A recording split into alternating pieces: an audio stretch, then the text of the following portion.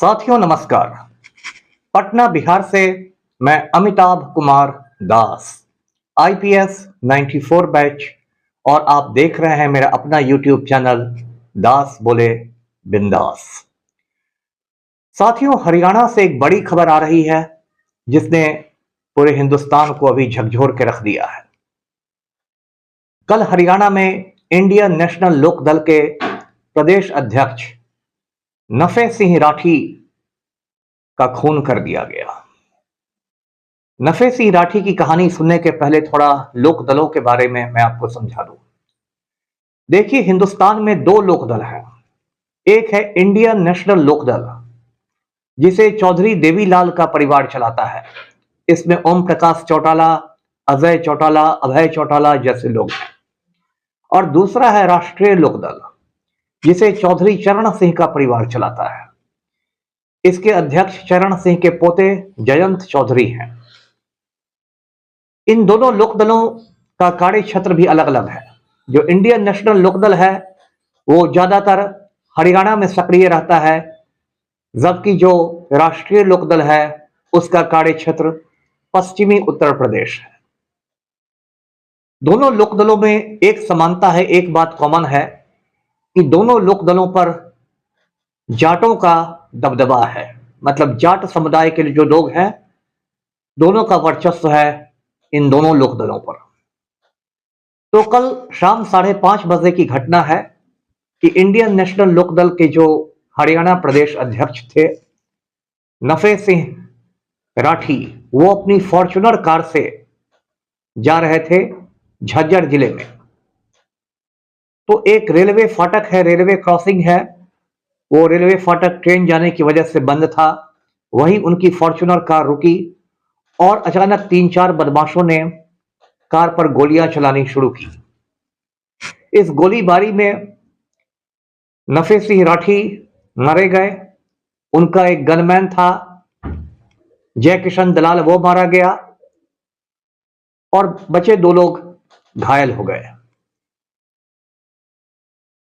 तो अब हम जानते हैं कि ये नफे सिंह राठी कौन थे और इनकी पृष्ठभूमि क्या थी, इनका बैकग्राउंड क्या था। तो ये जो नफे सिंह राठी थे, ये झज्जर के ही बहादुरगढ़ के 2 बार विधायक रहे थे और आजकल भूतपूर्व विधायकों का जो संगठन है हरियाणा में, उसके अध्यक्ष हुआ करते थे।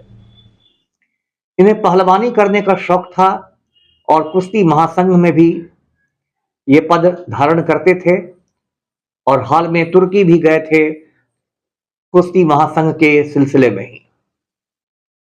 नफे सिंह राठी की एक पुरानी अदावत चलती थी, दुश्मनी चलती थी मांगेराम राठी के परिवार से। और 1 साल पहले मांगेराम राठी के बेटे ने, जिसका नाम जगदीश नंबरदार था, उसने आत्महत्या कर ली थी, खुदकशी कर दी थी। तब नफे सिंह राठी पर धारा 306 आईपीसी का मुकदमा चला था। आईपीसी 306 का मतलब होता है आत्महत्या का उत्प्रेरण। मतलब यदि आप किसी को इतना सताते हैं कि वो खुदकशी कर ले तो आप पर यह धारा लग सकती है। तो उसमें मुश्किल में पड़े थे नफे सिंह राठी और बाद में उन्हें पंजाब हरियाणा हाईकोर्ट से अग्रिम जमानत मिली थी, एंटीसिपेटरी बेल। लेकिन दोनों परिवारों की दुश्मनी कायम थी। तो कल ये जो हत्या हुई है, उसके बाद जो थाने में एफआईआर दर्ज किया गया है, उसमें 7 लोगों को नामजद अभियुक्त बनाया गया है। यानी कि एफआईआर में बाकायदा उनके नाम दिए गए हैं।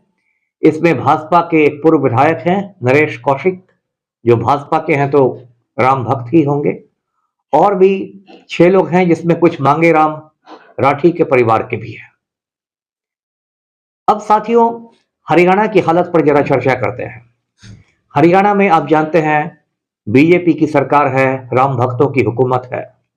और एक पुराने वीडियो में मैंने आपको बताया भी था कि हरियाणा की जो सरकार है वो रोहतक जेल से चलाई जाती है। रोहतक जेल में बाबा राम रहीम उम्र कैद काट रहा है। ये वही बाबा राम रहीम है जिसका डेरा सच्चा सौदा था और इसने साध्वियों के साथ रेप किया था, एक पत्रकार का खून करा दिया था, तो ये उम्र कैद काट रहा है। लेकिन इसके पॉकेट में समझिए हरियाणा की पूरी सरकार रहती है। बाबा राम रहीम की दो टांगे हैं। एक टांग हरियाणा के मुख्यमंत्री दबाते हैं मनोहर लाल खट्टर, और दूसरी टांग हरियाणा के गृह मंत्री दबाते हैं अनिल विज। तो सीएम और गृह मंत्री दोनों बाबा राम रहीम के चेले चपाटी हैं, और इसलिए बार बार आप खबरों में देखते होंगे बाबा को पैरोल पर छोड़ दिया जाता है। बाबा बाहर निकलते हैं, हनीप्रीत से उनकी मुलाकात होती है और फिर बाबा रोहतक जेल वापस लौटते हैं। तो ये हालात हैं हरियाणा के।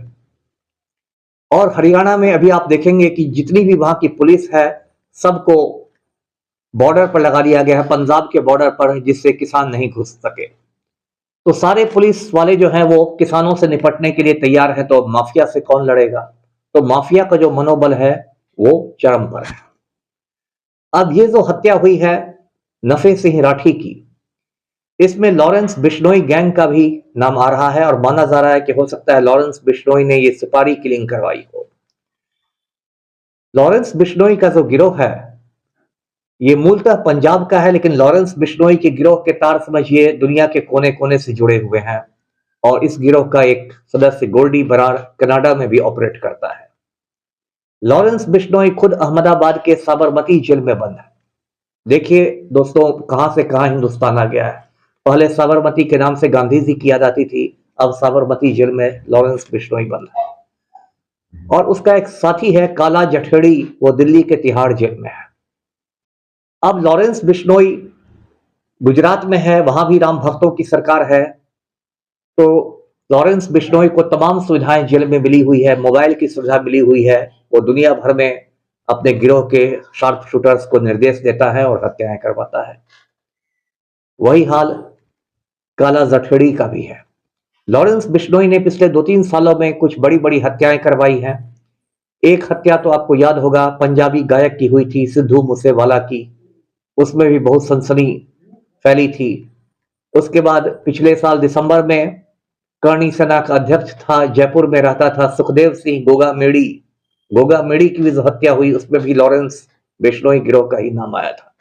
तो आज की तारीख में लॉरेंस बिश्नोई गिरोह हिंदुस्तान का सबसे ज्यादा खतरनाक गिरोह बन गया है। लेकिन हमारे जो तड़ीपार गृह मंत्री हैं अमित शाह, वो ऑपरेशन लोटस में व्यस्त रहते हैं। विभिन्न जगहों पर विधायकों की खरीद फरोख्त, सरकार गिराने, सरकार बनाने, राजभवन में 5 बजे सुबह में मुख्यमंत्री को शपथ दिलवाने, इन सब में व्यस्त रहते हैं। तो इसलिए उनको लॉरेंस बिश्नोई गैंग से निपटने की फुर्सत नहीं है। तो इस तरह ये जो नफे सिंह राठी मारे गए हैं, अब हरियाणा में क्या होगा? वही घिसी पिटी बातें होंगी।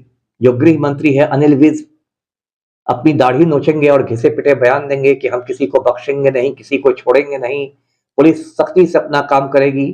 जबकि नफे सिंह राठी ने बार बार मुख्यमंत्री से मिलकर अपने लिए सुरक्षा की मांग की थी, लेकिन उनको सुरक्षा नहीं दी गई थी। तो साथियों, ये है नफे सिंह राठी की हत्या की कहानी। चलते चलते एक बात मैं और आपको बता दूं, कुछ साथी लोग कमेंट सेक्शन में मेरा कॉन्टैक्ट नंबर पूछते हैं कि मैं आपसे बात करना चाहता हूं। तो साथियों, ये कोई दिक्कत की बात नहीं है, मेरा कॉन्टैक्ट नंबर गूगल में है। आप गूगल में अमिताभ कुमार दास कॉन्टैक्ट नंबर लिखकर सर्च करेंगे तो मेरा कॉन्टैक्ट नंबर आ जाएगा। वही नंबर मेरा व्हाट्सएप नंबर भी है। जिन साथियों को मुझसे संपर्क करना हो वो अपना नाम और शहर का नाम व्हाट्सएप पर लिखकर मुझे भेज दें, मुझसे बातचीत भी हो सकती है। तो आज की यही कहानी थी। धन्यवाद। जय हिंद।